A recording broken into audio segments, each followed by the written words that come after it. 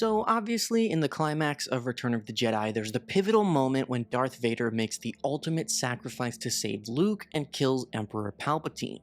But have you ever thought about what Palpatine's royal guards did during this scene? They had been ordered out of the throne room by Palpatine, but where did they go? Did they know that he was killed? Did they see Luke and Vader leaving the room? In this video, I want to dive into the canon short story The Emperor's Red Guards from the book Return of the Jedi from a Certain Point of View, which offers a look at everything the royal guards saw when Vader killed Palpatine and the immediate aftermath. To fully understand the magnitude of this guard's experience, I want to explain very quickly the process required to become a royal guard. It was brutal. From the earliest days, this guard's life had been forged in discipline and violence. Recruited from the Empire's finest soldiers, he endured merciless physical and psychological training, designed to strip away individual identity and replace it with unwavering devotion to Palpatine.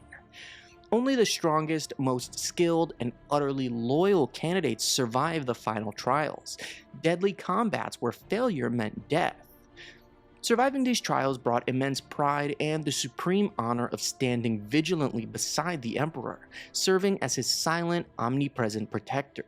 Standing beside this guard that is unnamed and is the main character of the story is another guard named Talk, whose loyalty bordered on fanaticism, representing the perfect ideal of the Emperor's will. So, this unnamed guard's life reached a pivotal moment aboard the second Death Star. The Emperor, Vader, and Luke faced one another in a confrontation that would shape the galaxy's destiny. Despite their role as the Emperor's closest protectors, Palpatine ordered both royal guards out of the throne room, an unprecedented and deeply troubling directive. Confused and frustrated, the guard reluctantly obeyed, his ingrained discipline overriding his burning curiosity. Stationed just outside the door, anxiety gnawed at him. He was accustomed to always being at the Emperor's side, a silent symbol of imperial power.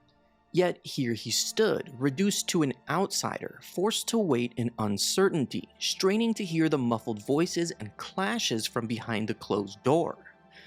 Minutes stretched by unbearably. His mind raced, imagining the scene inside.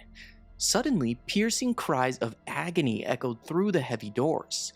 At first, relief washed over the guard. He assumed that these were Skywalker's screams as the Emperor exacted justice upon the Jedi.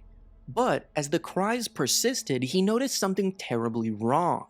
The screams held a pitch of anguish, confusion, and pain he had never imagined could come from Skywalker. Doubt crept into his mind. These screams were not defiant, they were fearful and bewildered. The guard's stomach twisted uneasily. Unable to remain inactive, the guard finally broke protocol, pressing the controls to open the throne room door just enough to see inside. To his horror, he saw not a victorious Palpatine, but a badly injured Darth Vader leaning heavily upon Skywalker for support. As the two of them exited the throne room, Skywalker met the guard's gaze briefly, his eyes wide with urgency and compassion. Vader, weakened but still authoritative, ordered the guards sharply to leave them be. Stunned, the guard stepped back, his mind unable to process what he had seen. He was frozen in confusion. In a panicked rush, the guard forced his way fully into the throne room after Vader and Luke departed. His heart raced as he took in the devastation of the room. The shattered consoles, the scorched walls, and the broken machinery. Moving closer, dread turned to despair as he peered into the open reactor shaft at the chamber's center, seeing scorch marks along the floor leading to the chasm and recognizing immediately the terrible truth. Emperor Palpatine, his master and reason for existence, was dead. Did Skywalker and Vader kill him? Standing alone amid the wreckage, the guard's entire world collapsed. How could Vader, the Emperor's right hand, Palpatine's most trusted and feared enforcer, betray him? Or was this part of the Emperor's plan, to have Skywalker kill him and then kill Vader afterwards? Everything the guard had been taught, every belief he had embraced, crumbled in an instant. His mind was filled with anguish, confusion, and rage. A whirlwind of conflicting emotions threatening to tear him apart. He questioned everything he had lived for, all the bloodshed and loyalty, now seemingly meaningless. As he reeled from shock, the other guard, Talk, stormed into the throne room, furious and ready for battle. Talk demanded they immediately hunt down Skywalker to exact vengeance. They found Skywalker kneeling over Vader's limp body on the ramp of a shuttle. As they drew closer, Skywalker turned to them with tears streaming down his face, and told them to escape the battle station as quickly as they could, since the entire thing was collapsing. Skywalker then dragged Vader's limp body up the boarding ramp and into the shuttle. The guard then realized that Skywalker had not been turned to their side, but Vader had been turned to the rebels' side, betraying the Empire. But when he said that Vader, not Skywalker, had betrayed the Emperor, Talk reacted with denial and outrage. The argument that ensued was bitter and violent, exposing deep fractures in the two guards' previously unshakable bond. Talk accused him of weakness and treachery, unable to accept the possibility that Vader could betray them. This clash represented more than just a disagreement. It embodied the eternal collapse of their very identity as loyal servants of the Emperor. Their confrontation was abruptly interrupted as the Death Star itself began to crumble.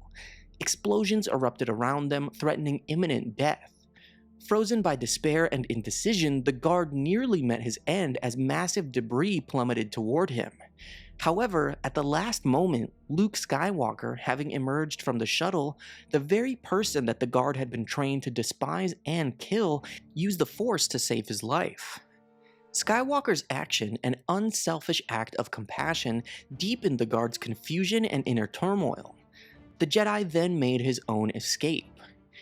Realizing that survival was his immediate priority, the guard moved quickly to escape the collapsing battle station. He ended up piloting a shuttle and fled into the chaotic space surrounding the Death Star, witnessing firsthand the end of everything he had dedicated his life to.